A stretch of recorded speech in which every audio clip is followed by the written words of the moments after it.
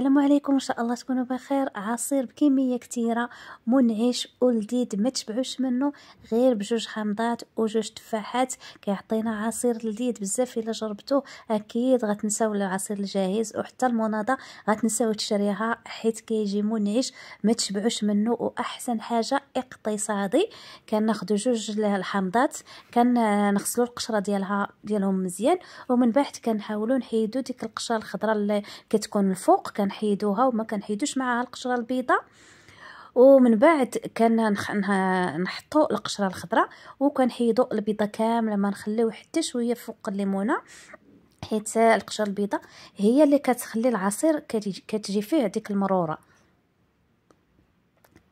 ومن بعد ما كنقشروهم كنقطعوهم وكنحيدوا حتى الزريعه حتى هي كتكون مره.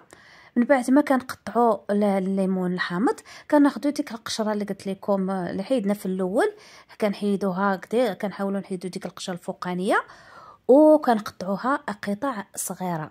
من بعد ما كنقطعوها كنديروها في الخلاط ديال العصير، وكنزيدوا السكر الكافي. كنديروا شويه ديال الماء وكناخذوا هاد المكونات نطحنوهم مزيان. ومن بعد ما كنطحنوهم كناخذوا التفاح كنقشروه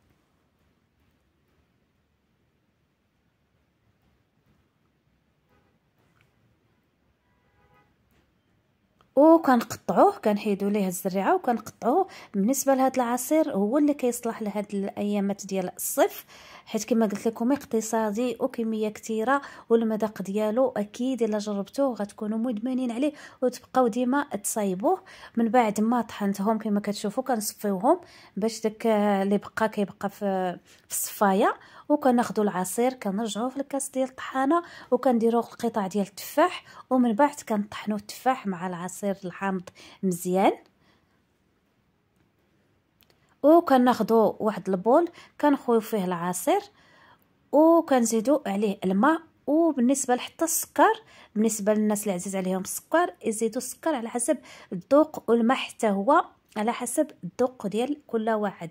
انا هنا راه خرجوا ليا تقريبا 3 لتر وربع هكاك ديال العصير. من بعد ما كنخلطوه كنديروا ليه السكر الكافي والماء الكافي، كنديروه في القراعي وكنسدوه وكندخلوه للثلاجه.